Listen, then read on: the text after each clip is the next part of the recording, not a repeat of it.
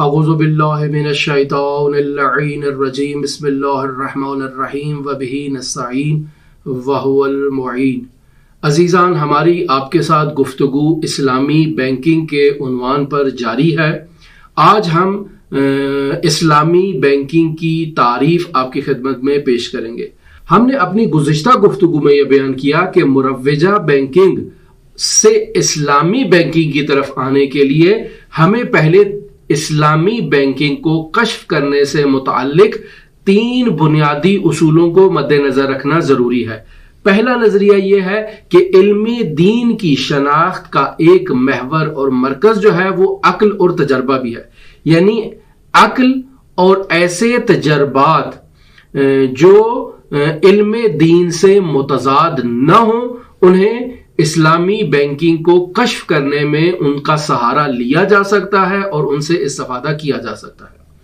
دوسرا، ہم نے یہ آپ کی خدمت میں بیان کیا کہ علم اور دین کا آپس میں تعاونی رابطہ ہے، یعنی یہ دونوں ایک دوسرے کی مدد کرتے ہیں۔ پس وہ تمام علوم کہ جو اسلامی نہیں ہے، یہ تمام علوم بھی اسلامی علوم کی مدد کر سکتے ہیں، ان کے ساتھ تعاون کر سکتے ہیں، کیونکہ وہ عقل کی بنیاد پر ہیں، تجربات کی بنیاد پر ہیں، اور ان کے درمیان آپس میں رابطہ جو ہے وہ تعاون کا ہے۔ تیسری چیز ہم نے یہ بیان کی آپ کی خدمت میں کہ اسلام کا اقتصادی مکتب مکمل طور پر شریعت اسلامی کے تابع ہے۔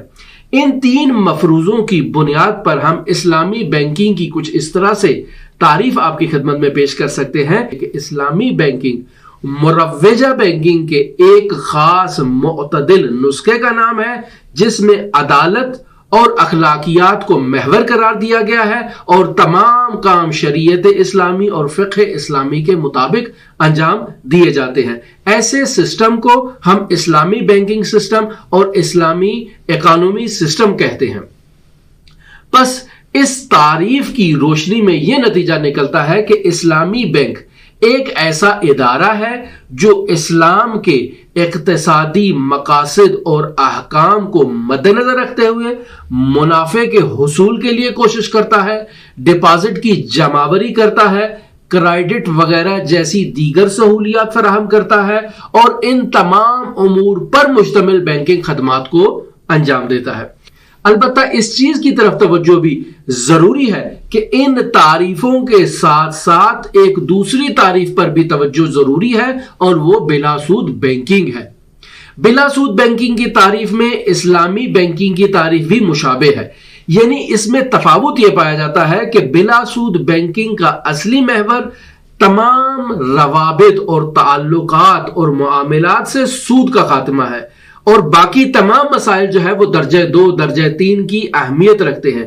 پس یہ واضح ہوتا ہے کہ اسلامی بینکنگ جو ہے وہ بلا سود بینکنگ کو مکمل کرتی ہے۔ بلا سود بینکنگ جو ہے وہ اسلامی بینکنگ نہیں ہوگی جب تک ہم بلا سود بینکنگ کے ساتھ تمام مروجہ معاملات کو اسلامی قواعد و ضوابط، عقود اور معاملات کے تحت انجام نہ دیں۔ بس یہ 2 چیزیں ہیں، ایک بلا سود بینکنگ ہے اور ایک اسلامی بینکنگ ہے۔ بلا سود بینکنگ کا مقصد یہ ہے کہ بینک کے تمام روابط، تمام تعلقات، تمام معاملات، تمام خدمات، تمام سہولیات سے سود کا خاتمہ کرنا ہے۔ لیکن اسلامی بینکنگ کب بنے گی؟